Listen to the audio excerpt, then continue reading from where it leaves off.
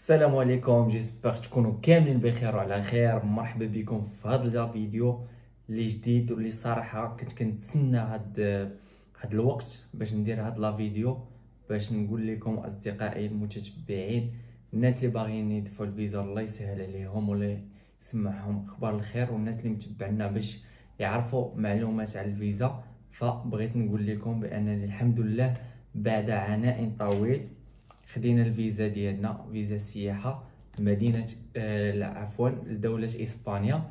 من بعد صراحه عناء طويل مع هاد الفيزا، خصوصا دوله اسبانيا اللي صراحه راه الامور عندها معقده، لا من رونديفو لا من الوقت اللي كتساين باش تاخد الفيزا ديالك باش يعيطولك تجي دير الباسبور. يعني راه واحد الحرب. انا شخصيا عانيت مع هاد الفيزا وخديتها كتحدي ليا، والحمد لله ربي ما خيبنيش وخدينا الفيزا ديالنا كما كتشوفوا راه مطبوعه في الباسبور. فاصدقائي انا درت هاد لا فيديو غير باش نخبركم بانني ان شاء الله غادي ندير لكم واحد مجموعه من الحلقات كنشرح فيها خطوه بخطوه كيفاش تاخديت الفيزا. والناس اللي كيدفعوا ورفضوهم، فانا نصيحه ليا ما تملوش، حاولوا تشوفوا الاخطاء ديالكم، تسولوا الاصدقاء ديالكم اللي خداو الفيزا، يعني قلب على المعلومه وان شاء الله غادي تاخذ الفيزا ديالك. ف من بعد ما انا شخصيا كما قلت لكم عانيت مع هذه الفيزا، راه رفضوني 3 المرات والرابعه عطاوني، رغم انني كيجيو عندي بعض الاصدقاء ولا الناس كيعرفوني كنقاد معاهم الدوسي ديال الفيزا، والحمد لله كيجيو والله تيسير وكياخذوا الفيزا، وانا اللي كنقاد ليهم الدوسي ما كناخذش الفيزا. ولكن الحمد لله خديت داكشي تحدي بالنسبه ليا، التحدي انا ما غادي نحتاجها في حتى حاجه، ولكن خديتها تحدي ليا والحمد لله جاب الله تيسير. من بعد 3 المرات وانا كندفع اسبانيا، دفعت المره الاولى رفضوني، الثانيه رفضوني، الثالثه رفضوني، وكان ديما السبب الموتيف 10 تيقول لك حنا ما تقناش فيك.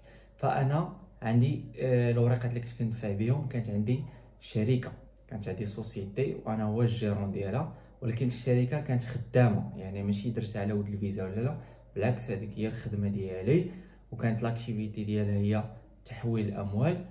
ولكن الحمد لله من بعد 3 المرات عطاوني الفيزا، ولكن عرفت الغلط في كاين. فاللي باغي يستافد من هاد التجربه ديال الفيزا ما عليه الا يشترك في القناه، والناس اللي مشتركين في القناه مرحبا بكم.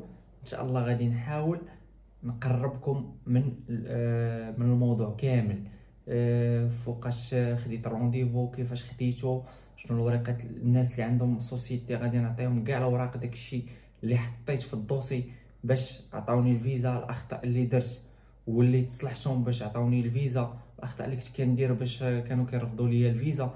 فما عليك الا تتبعني على القناه، وان شاء الله غادي نحاول وندير مجهود ديالي باش نوصل لكم المعلومه. وحتى الناس اللي باغيين سواء كان سالاري ولا موظف ولا عنده غير روجيست كوميرس ولا عنده اي شهاده الفلاحه ولا عنده انفيتاسيون من عند شي واحد من العائله، فما عليه الا يتبعني ان شاء الله.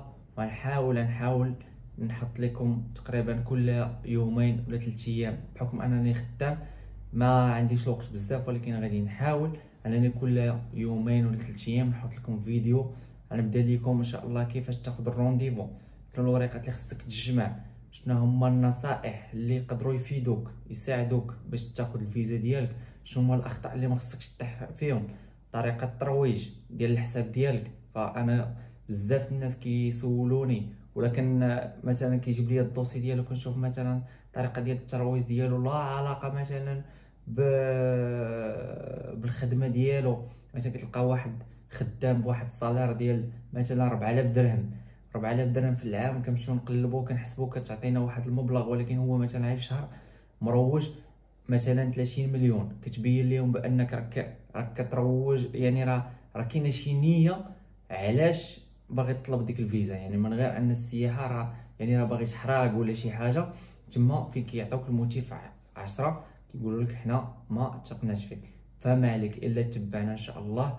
وهذا غير فيديو بغيت نخبركم به باش ان شاء الله غادي نديروا واحد السيريه خصوصا على فيزا سياحه اسبانيا بحكم التجربه ديالي معاهم، وان شاء الله ما يكون على الخير. تهلاو ليا في راسكم، والناس اللي دافعه الفيزا الله يسمعكم اخبار الخير، والناس اللي مازال ما دفعوش الفيزا حتى نتوما توكلوا على الله وما يكون على الخير. تهلاو ليا في راسكم ونتلاقاو في فيديو جديد.